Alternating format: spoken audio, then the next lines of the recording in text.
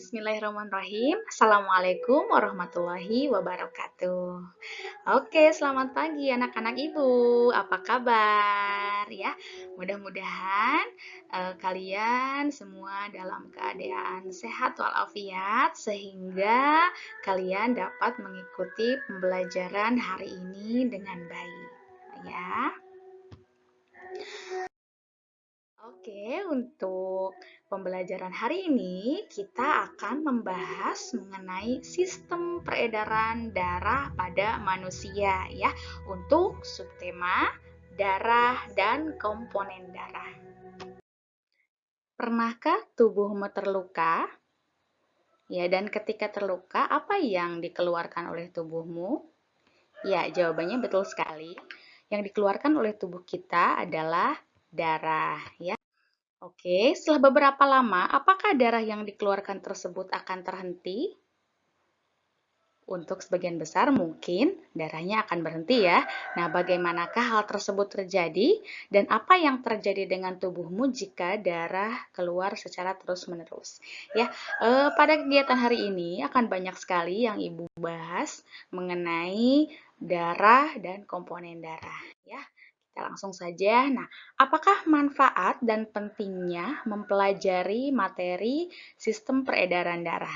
Nah, di sini yang akan kalian dapat adalah kita akan mengetahui berbagai komponen darah, kemudian fungsi darah bagi tubuh manusia, kemudian mengetahui kandungan apa saja yang terdapat di dalam darah, kemudian proses-proses pembekuan darah, kemudian berbagai kelainan pada sistem peredaran darah, dan bagaimana cara kita untuk menjaga kesehatan organ peredaran darah.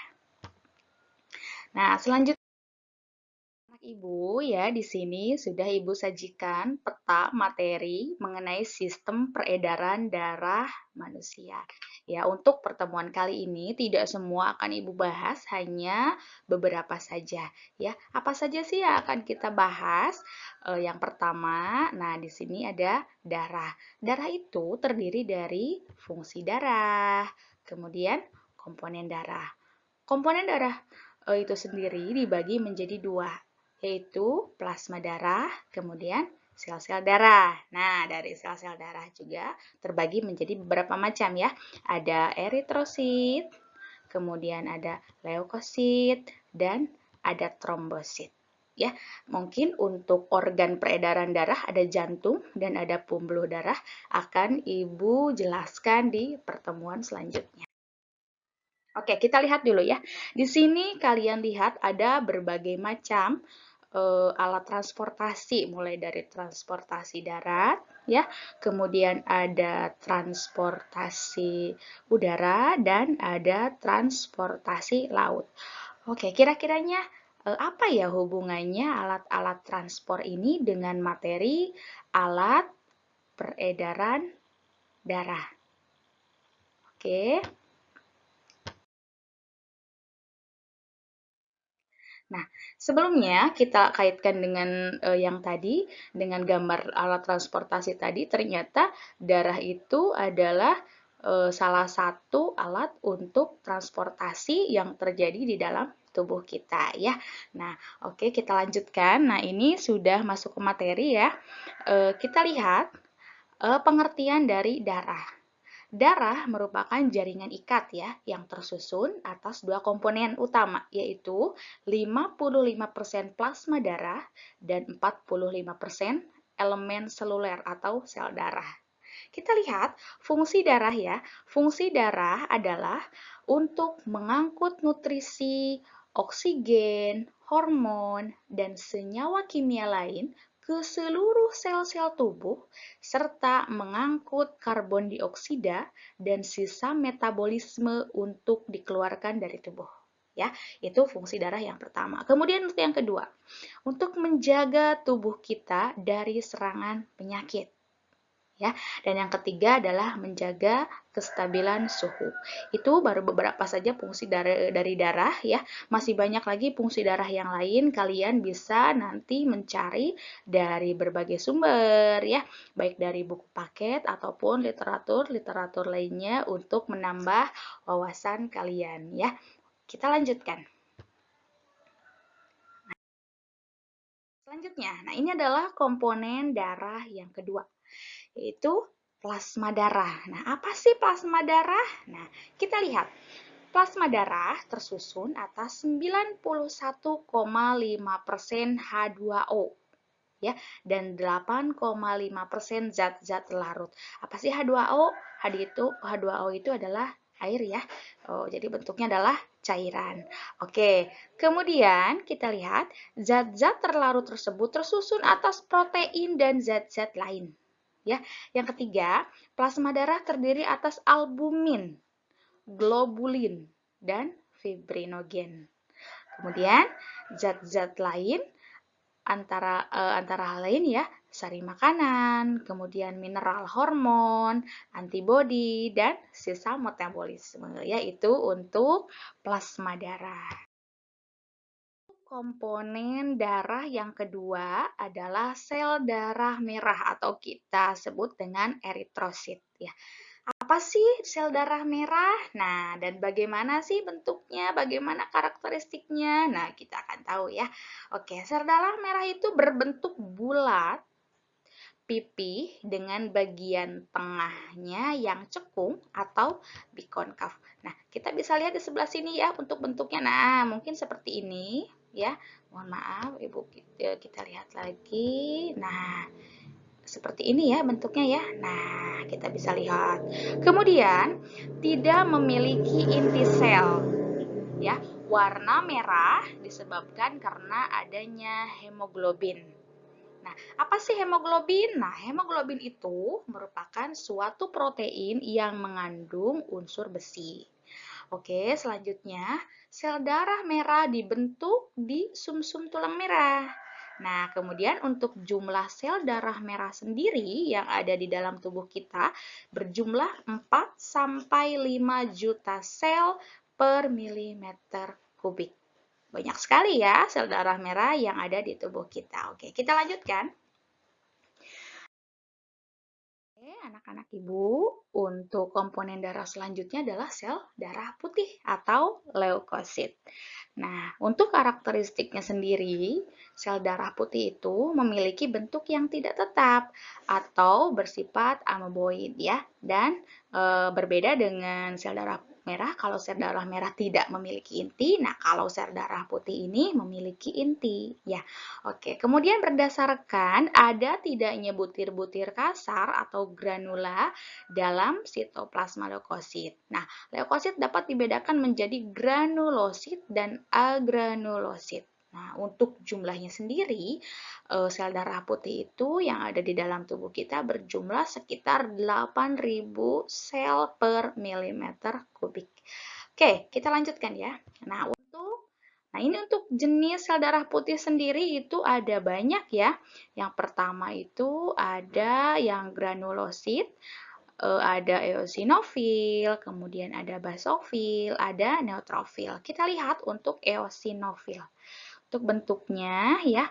Nah, kita bisa lihat ini mengandung granula berwarna merahnya. Kita bisa lihat seperti ini ya, berwarna merah dan berfungsi pada reaksi alergi, terutama untuk infeksi cacing. Ya, oke, selanjutnya kita lihat ada basofil. Nah, kalau basofil ini agak berbeda dengan eosinofil. Kalau basofil itu mengandung granula berwarna biru. Nah, kalau yang atas tadi berwarna merah ya. Kalau yang basofil itu berwarna biru dan fungsinya adalah pada reaksi alergi. Oke, sekarang kita lanjutkan. Ada yang ketiga adalah neutrofil.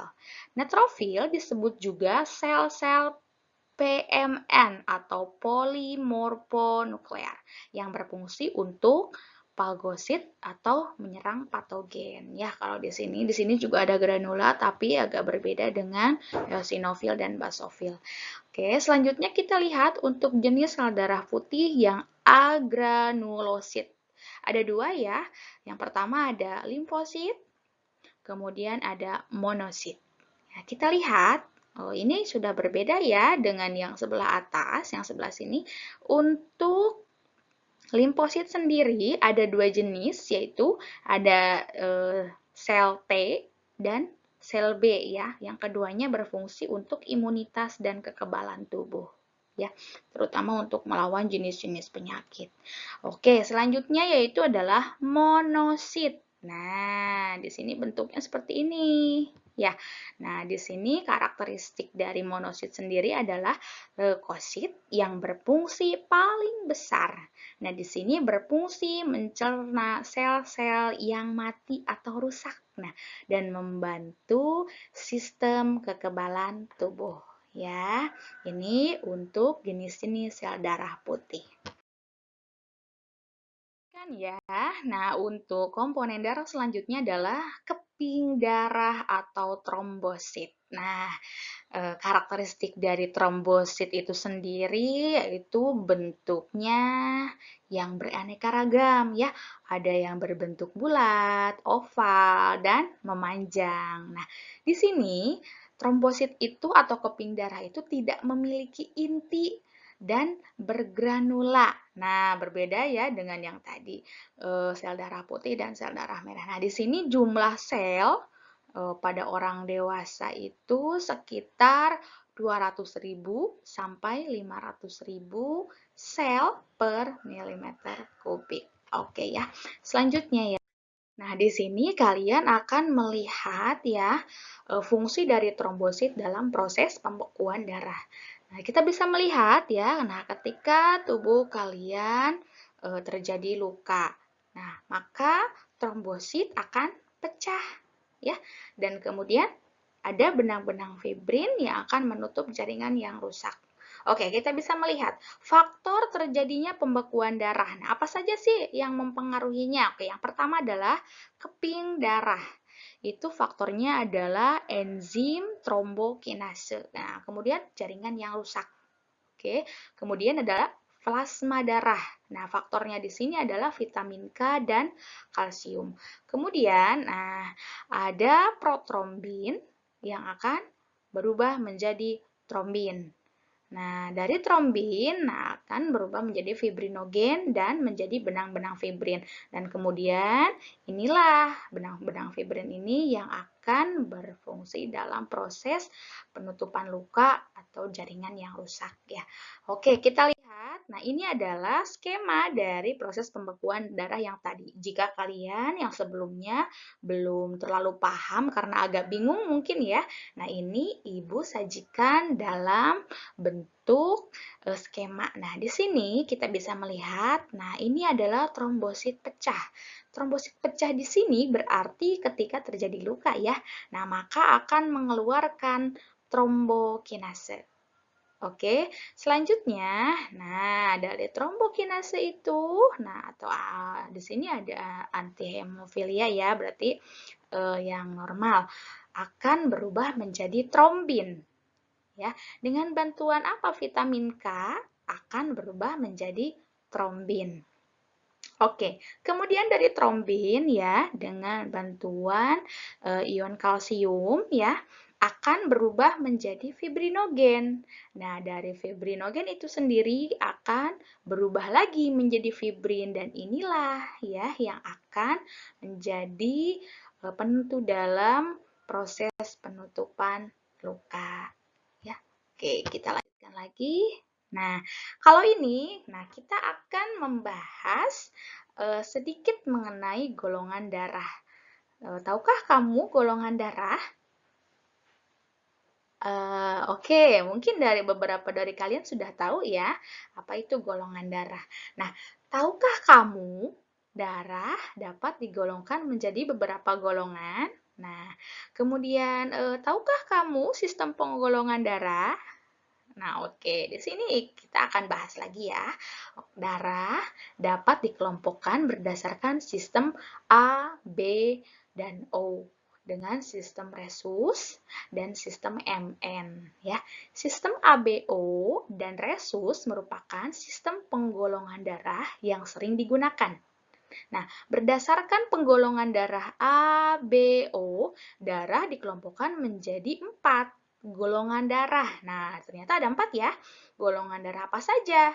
Ada golongan darah A, ada golongan darah B, AB, dan O. Ya, pembagian ini ini dilakukan karena adanya perbedaan agglutinogen atau antigen pada permukaan membran sel darah merah atau eritrosit dan antibodi atau agglutinin dalam plasma darah. Di sini kita bisa melihat untuk tipe darah ya. Di sini ada tipe darah A, kemudian tipe B, kemudian tipe AB, dan kemudian tipe O. Oke, untuk sel darah merahnya, kita untuk lihat untuk tipe A. Tipe A itu sel darah merahnya memiliki antigen A. Sedangkan untuk tipe B, sel darah merahnya anti B.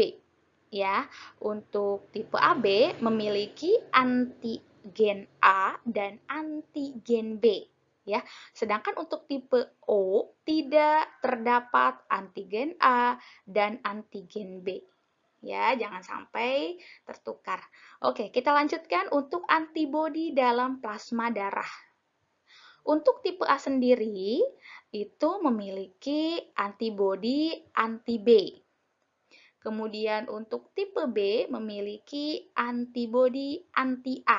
Kita bisa lihat ini berbeda ya bentuknya dari antibodi anti B dan anti A. Kemudian untuk tipe AB, nah di sini tidak terdapat antibodi A maupun anti B. Jadi di tipe AB ini tidak memiliki antibodi ya, baik itu anti A atau anti B.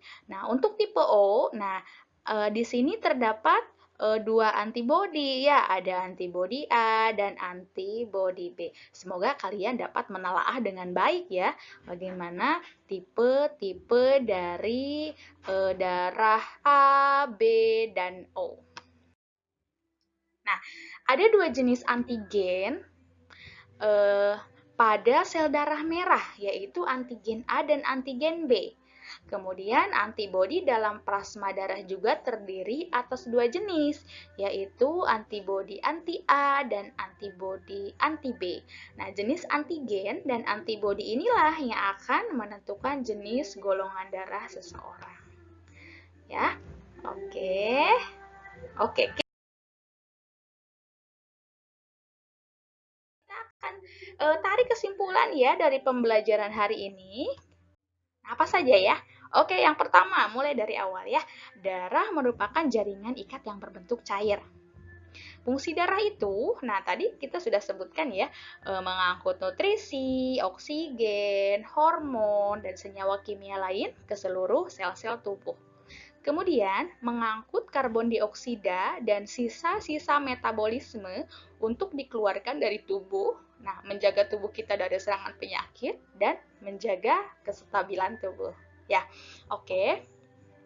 Darah tersusun atas dua komponen utama ya, yaitu plasma darah dan elemen seluler atau sel-sel darah. Nah, plasma darah merupakan cairan ekstraseluler yang mengandung zat-zat terlarut. Sedangkan sel-sel darah dibagi menjadi tiga ya, yaitu eritrosit, leukosit, dan trombosit.